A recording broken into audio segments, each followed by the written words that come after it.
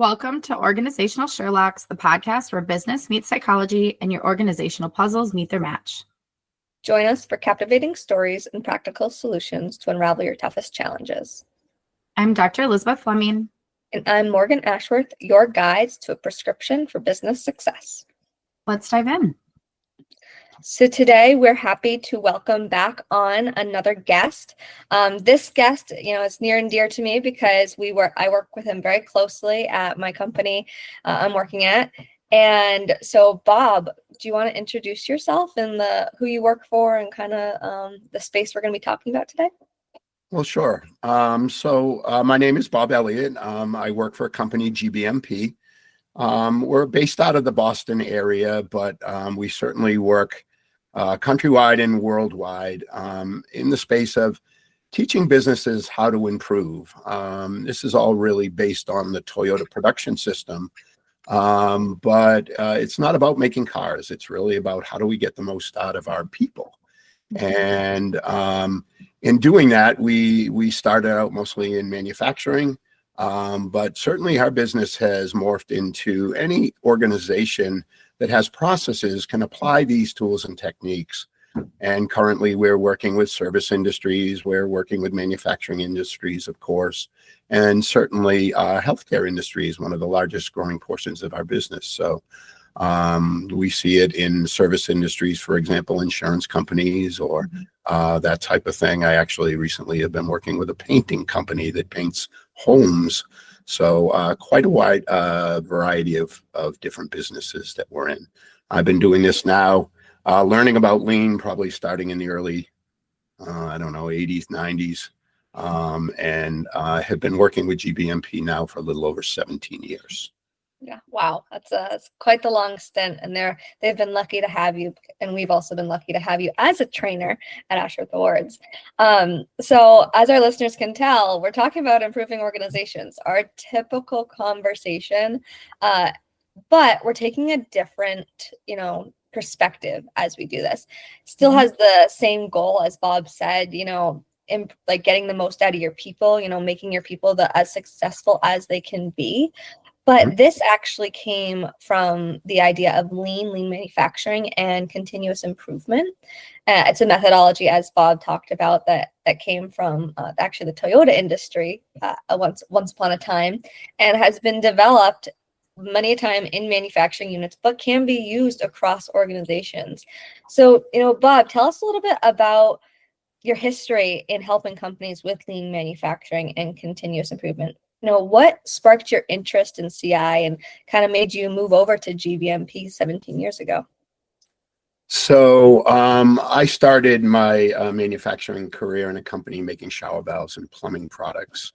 I started way back in 1979. And I really think my interest in this really started with our president. And our president was really passionate about this idea of improvement and understanding the people side of continuous improvement and how do we get more people involved in it.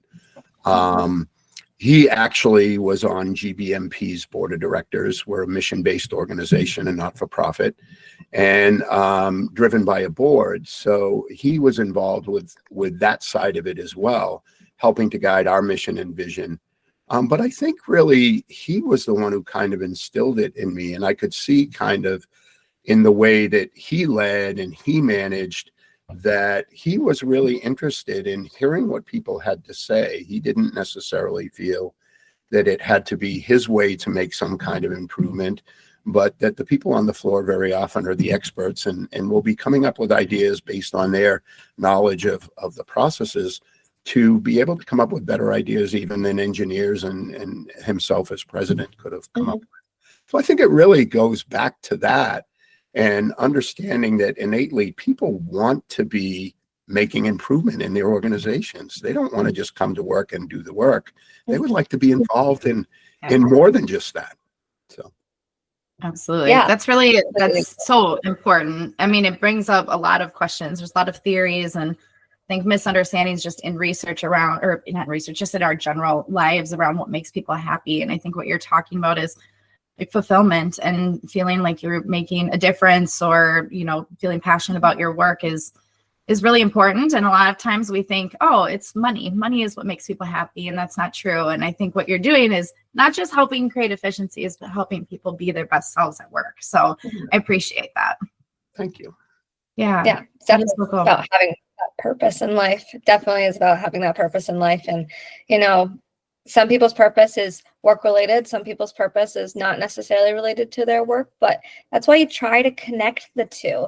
And Bob seems he's done a great job connecting the two, because he has a passion for developing organizations and then teaching others how to develop those organizations. Tell us a little bit about what you teach and, you know, the typical systems that you guys have to follow for teaching different organizations or different leaders in those organizations.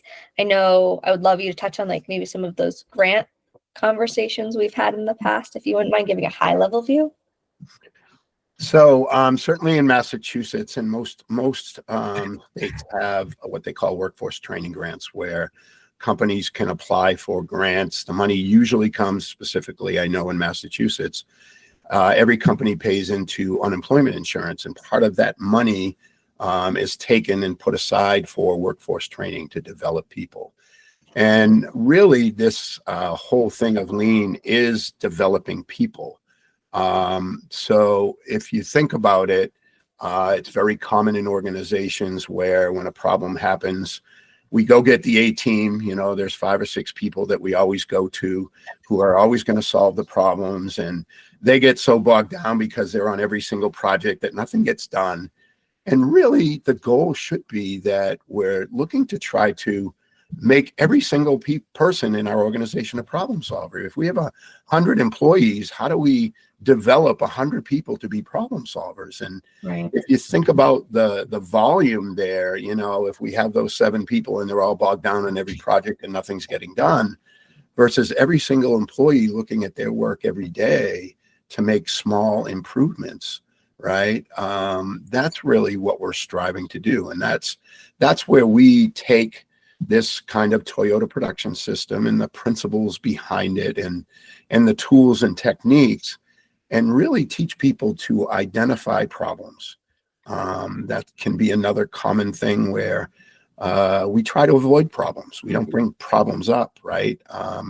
We would like to have people bring problems up. Tell us about the problems. We can't fix them as management or help you fix them if we don't know they're happening. So how do we get people to identify the problems in their work area?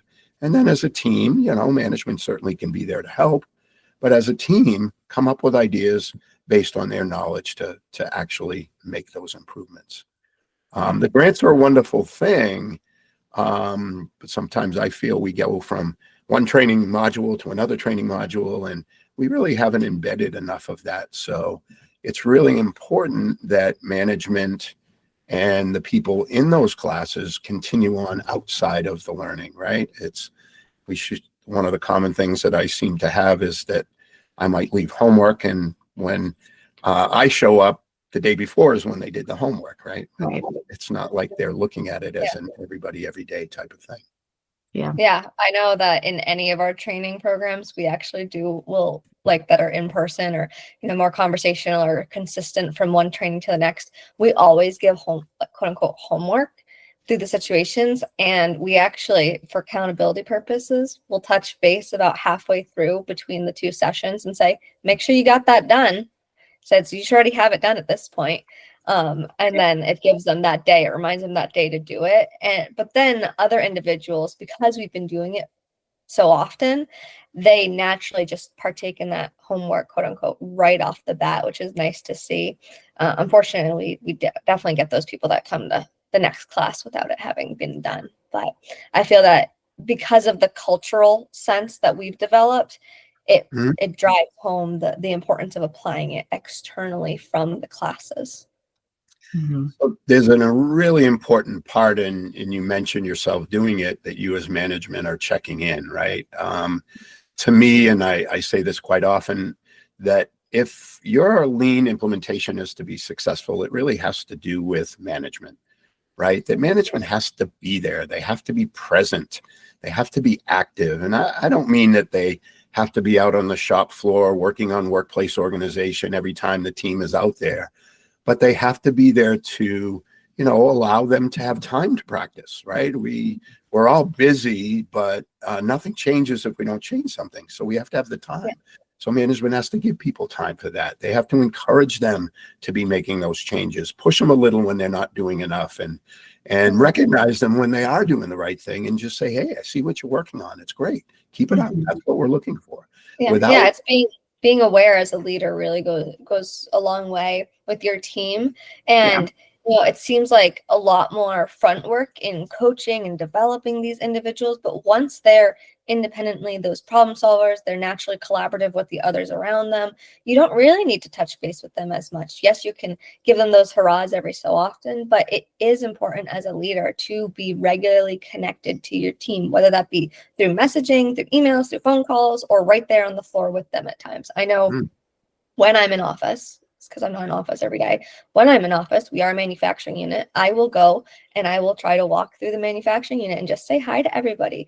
My desk, luckily, my office is right near the front door, so I'm constantly saying hi to people when they come in and out. But I did that on purpose. And I actually did that with our HR individual that works with me. She's actually the first desk when you look through a door to the office, because I want her to regularly have her face connected with others. That makes sense.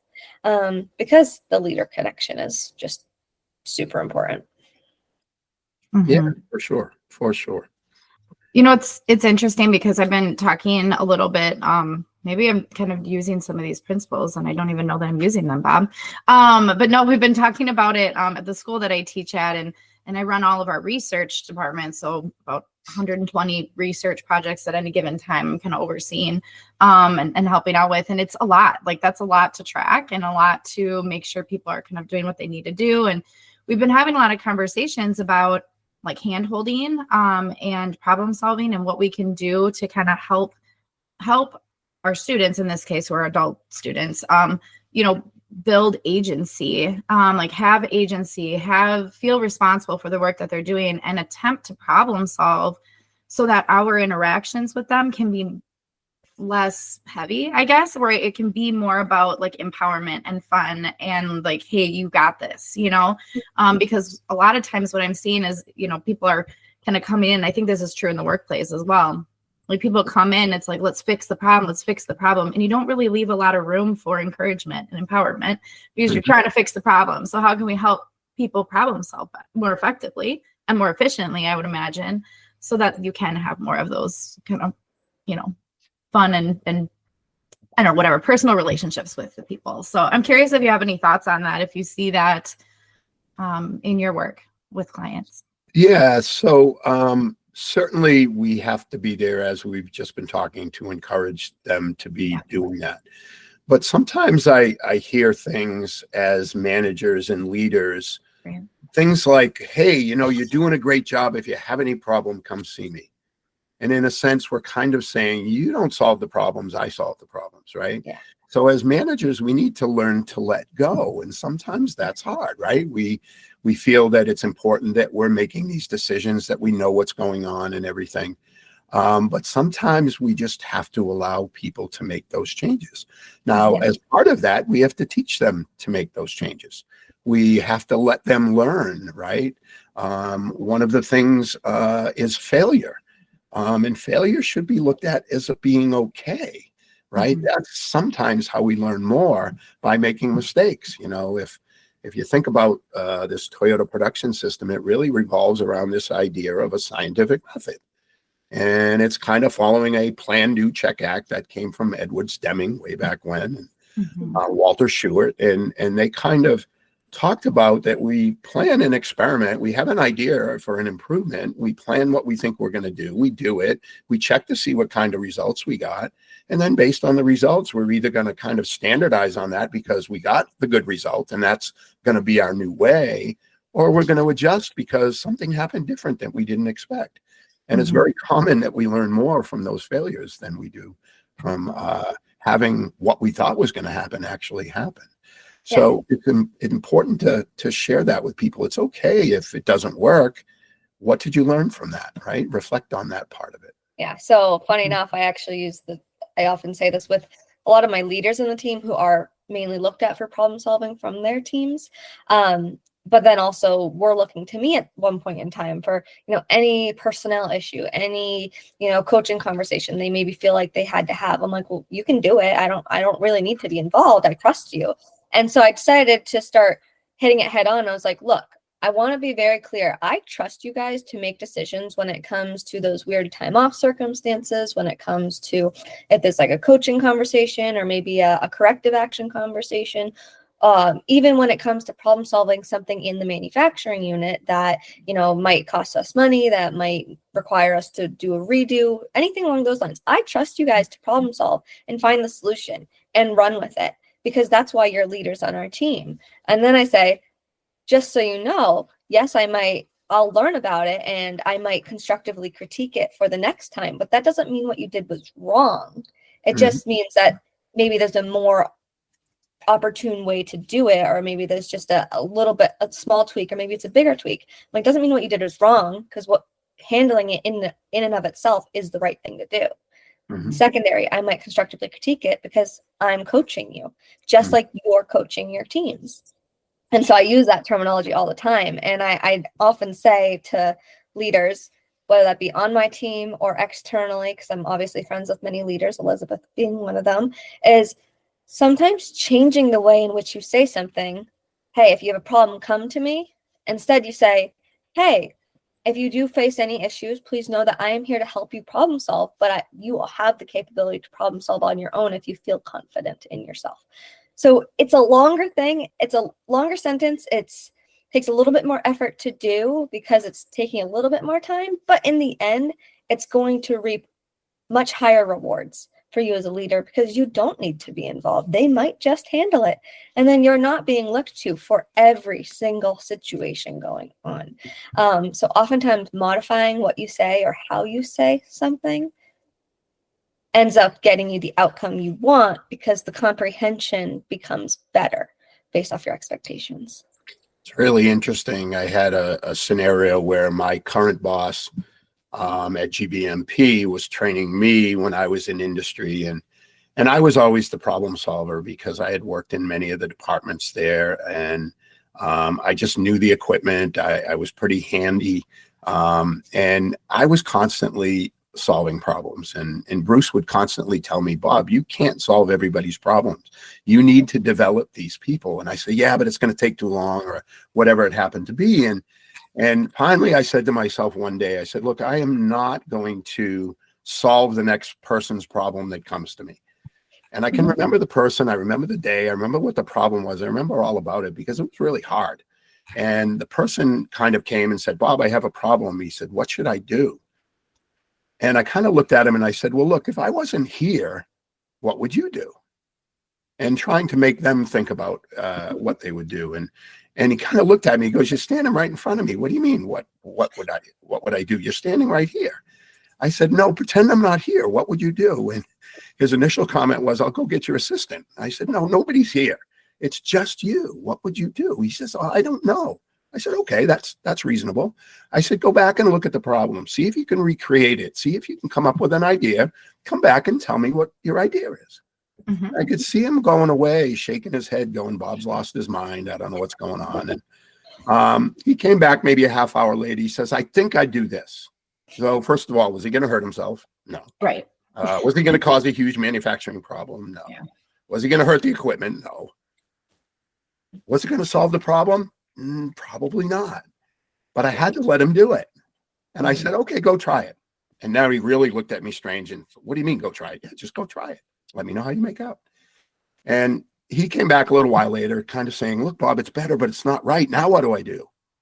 And I kind of went through that progress again of, if I wasn't here, what would you do? And this took a lot of time for me in my organization, and it cost a lot of money over time. But the benefit was, years later, what was happening was all of my employees were coming to me saying, Bob, we had this problem. Here's what we did. We're all set. Just want to let you know. And the amount of freedom that tied up for me to do more coaching and more one-on-one with the people was huge. Yeah. It's being informed more so than being involved. And then you might get consulted, but don't make you responsible for the problem. My dog jumping behind me, you might be able to hear that. So I feel that we're kind of getting to a major perspective and a major shift in the lean methodology. You know, within lean and the method behind it, oftentimes people think of productivity right off the bat. You know, we're trying to get the most out of our people productivity wise, but we're also trying to get the most out of them with regarding their soft skills. And so to me, lean sounds more like a culture than it is a method for the highest productivity. Yes, you win and get both, but it does seem more cultural based. Would you agree, Bob? I would definitely agree. So look, we have a few definitions of culture, right? So from GBMP teaches courses for Utah State University, where the Shingo Institute is housed. The Shingo Institute is the home of the Shingo Prize.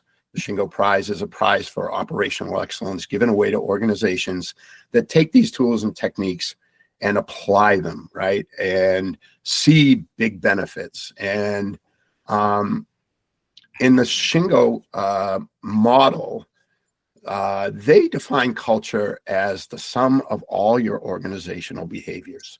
It's the behavior that every single person brings every single day to the organization. And some of them are good and some of them are not so good, right? So when I think of efficiency and changing culture and ways to increase efficiency, a lot of people talk about this idea of Kaizen, right? And Kaizen can be thought of as a Kaizen event. You know, we're going to get this group of people and we're going to work in this specific area for this many days, and we're going to have a goal of making this improvement, right? But GBMP's definition of Kaizen is a little better. It really is small changes for the better that come from the knowledge and experience of the people who do the work, everybody, every day.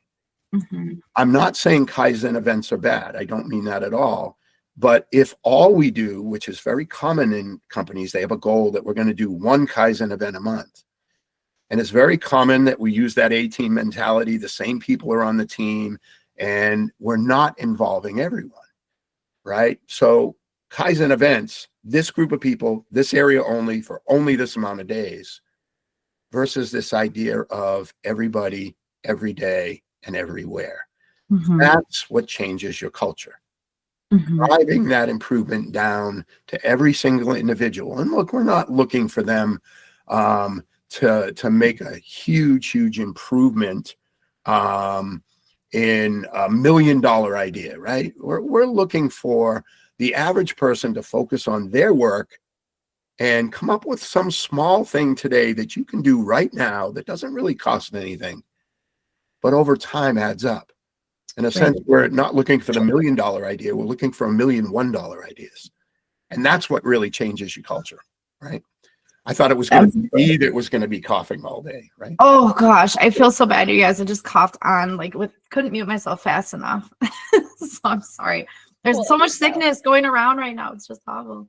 I love what you're saying. And as you were talking before, and I just didn't jump in because I was just listening, but it makes me think of kind of like scaffolding, right? And it's you're right. Like so many times we focus on an event or we focus on a moment in time and fix this one problem and all of that. But, you know, we need to, I think, in a way, kind of build that scaffolding and just kind of, I don't know what more to say other than like you're building a foundation and then continue to build on it. You know, I always like to use like a house analogy where it's like, you know, you build your foundation and then you can build it up. I mean, you can build it up as much as you want and decorate it and do all of the things, but you need that foundation first. And I think that's really cool. And that's just what made me think of when you were talking. So very interesting. It's interesting. The Shingo model changed in 2008. And what they were seeing was that companies that had achieved tremendous results had started to see declines. And they really started to relate it back to the culture. And they kind of developed these 3 insights that are really kind of interesting.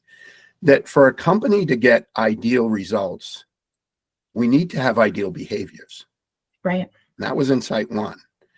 And then The second one was that our purpose and our systems drive behaviors. And then the final one is that principles inform ideal behaviors. Mm-hmm. So that as we begin to look at our organization, if we can develop a principle-based organization, that everybody understands the principles, everybody lives by the principles, and then we build those systems to align with those principles, Mm-hmm. then it's going to help us drive better behaviors. And it also has to do with purpose. And the purpose really is, why does our organization exist? Mm-hmm. It's really important for people to understand the why behind not only why the organization exists, why we're here and why you're working here, but also the why behind why is it so important for us to improve? Why are we doing this thing called continuous improvement? Right. You know, knowing how without knowing why we're doing it, it kind of, you can't match the two together. So Yeah. why is very important. Yeah, I agree. Elizabeth and I have talked about, the alignment between vision, mission, values, and culture before. And so, that's the whole why. You need to be able to explain the vision, explain the mission, explain the values, and ensure that it is integrated into your culture. And, maybe there's a shared purpose between the company's vision and people's personal visions that work within the company. And that really helps continue to push that why, where people naturally agree with it. But it is important to regularly communicate that. I know in our employee newsletters, we do them monthly at the end of the month. And a lot of the recent ones have been all value-based. It's recognizing based off of the values that are being exhibited. It's also noting, what was our weakest value this month? It might not be anyone's fault that it was our weakest value. Mm-hmm. It might be something, that was underlying manufacturing-wise, something along those lines. But it notes those types of things so that it helps explain the why we're doing it as well. So I really like that you really pinpoint that from the Shingo model. It's important. It's not just the Shingo model, it's in general. Shigeo Shingo would just talk about even tools. Why are we using this tool? Why do we need to focus on flow and value to the customer? Right. Why do we have to have enterprise alignment? Why do we need to have a constancy of purpose, right? Mm-hmm. All of these principles kind of help us to attach a why to what the tool is trying to do, maybe something like that. Yeah. Funny enough, I actually had a similar conversation with another team member of mine, and him and I were, he's higher leadership, and him and I were talking about how, maybe exhibiting or explaining the why behind something and the reason it was happening, not just the how, would have built greater buy-in more quickly. Like, people want to partake more quickly if they know the reasoning behind it, and especially if they agree with the reasoning behind it. So that why, it causes, honestly, I believe that explaining the why creates higher levels of productivity. Mm-hmm. Because though you're taking more time to explain the why, people buy in faster, they understand it better. The why relates to the how, and then they can kind of run with it, regular staff members, team members.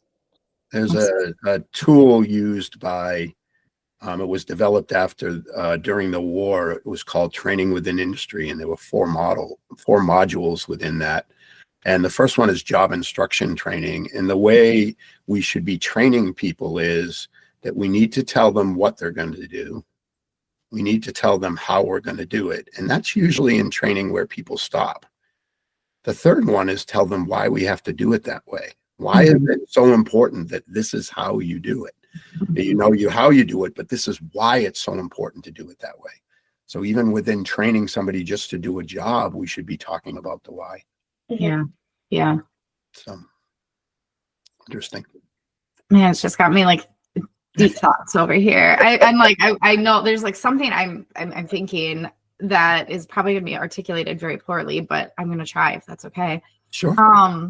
What it's kind of making me think about is not just like the motivation, like understanding, like, yes, it's about the motivation, right? And buy-in and all the things we're talking, but I'm also wondering, and again, deep thoughts. So I don't know, like, I'm also wondering if it's about like understanding the why can like also, again, going back to that foundation example, it helps you continue to learn, right? Because you're focused on the why, and why am I doing this? So I told you before, poorly articulated. I think that there's maybe even more depth, but I don't know. This is only my thoughts. It's not based on any research or any models or anything like that. But I wonder if there's more depth in that process and the power of the why, that maybe we don't always consider.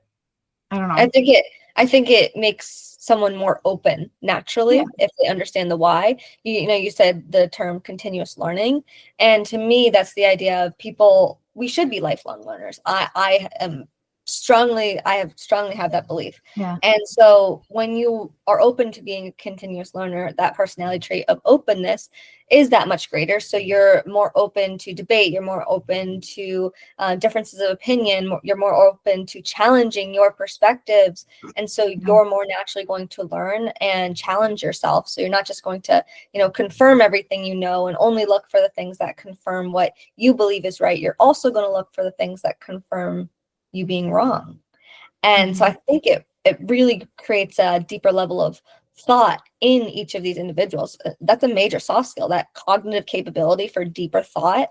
It's kind of, I guess, on the philosophical side, people that study philosophy usually have really deep levels of thought. And I would love to see that in more individuals, because that in turn helps with problem solving, decision making, just dealing with those difficult situations and finding new and more creative ways to, handle them.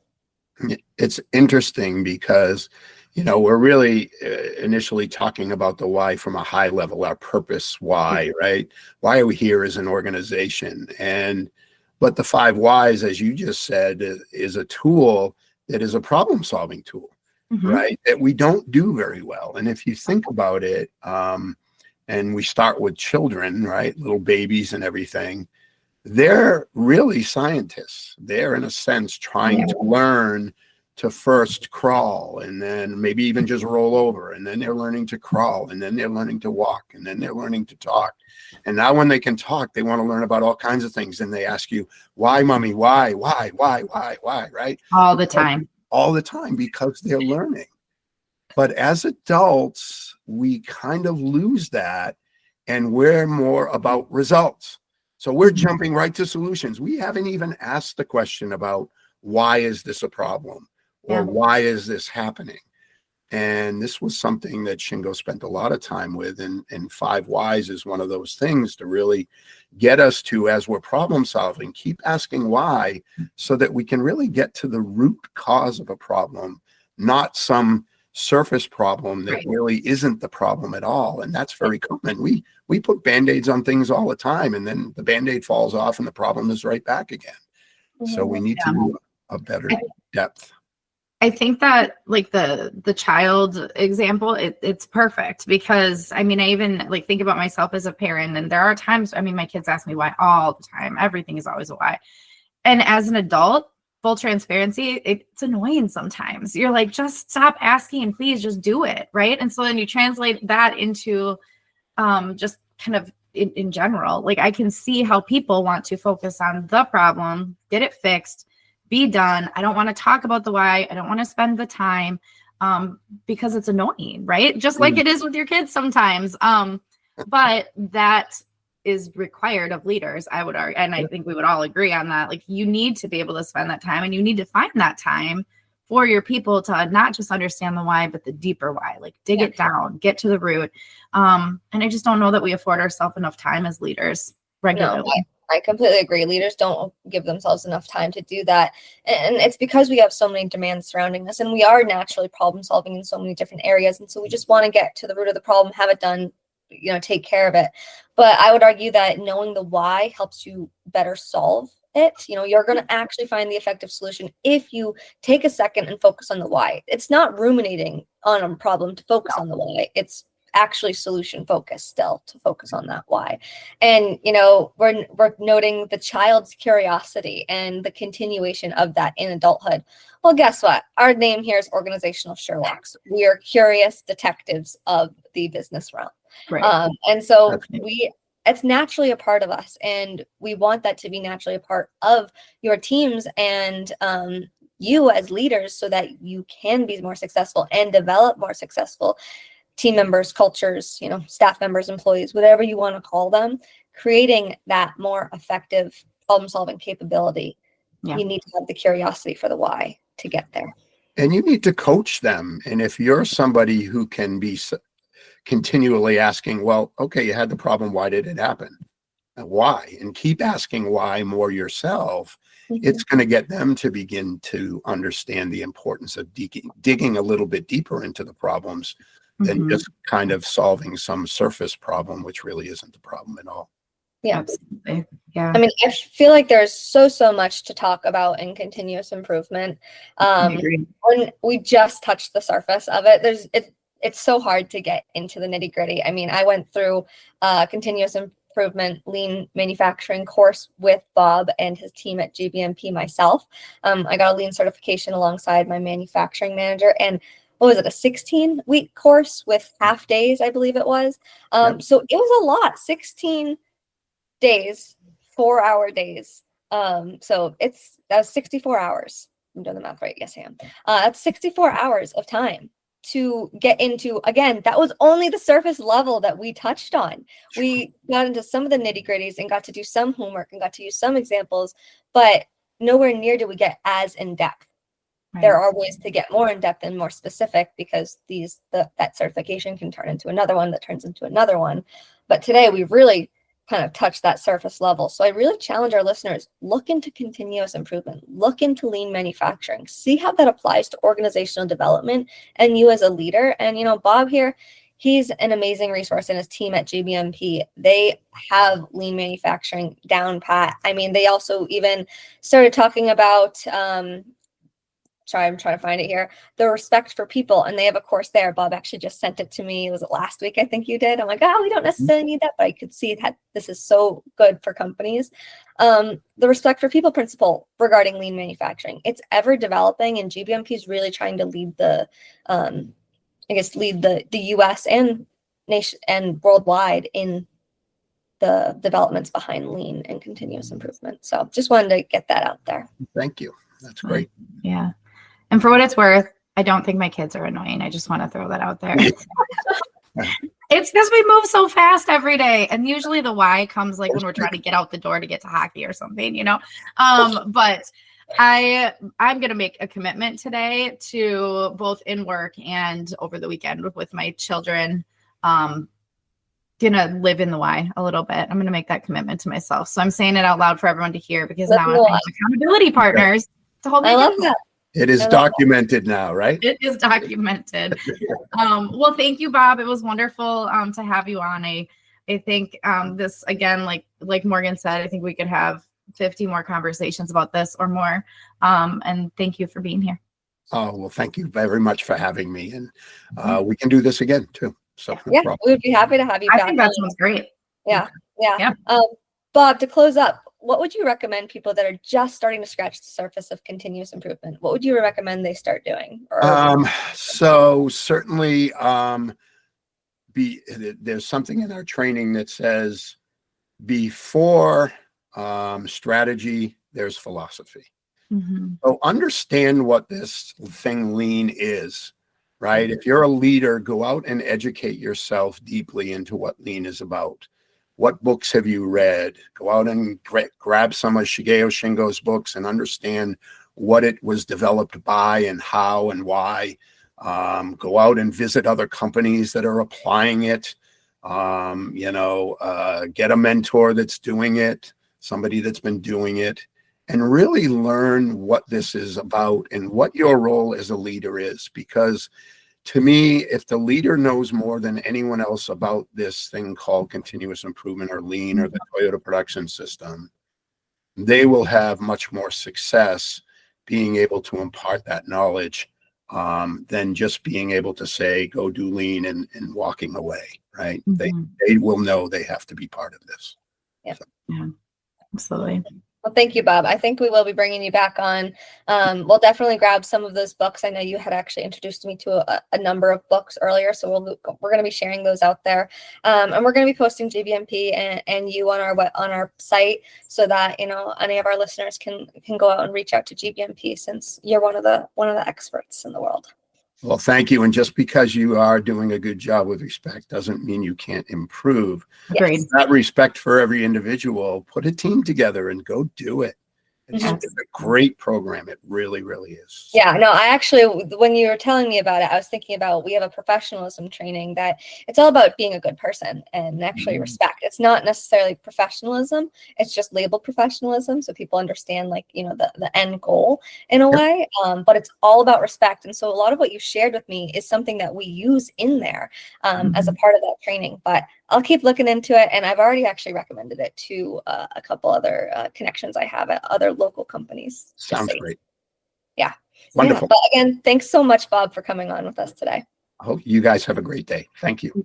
Thank you. Well, listeners, this concludes another intriguing episode of Organizational Sherlocks. I'm Elizabeth Fleming. And I'm Morgan Ashworth, reminding you that the journey to success is an ongoing investigation. Remember to stay curious, stay strategic, and keep utilizing insights to decode your business mysteries.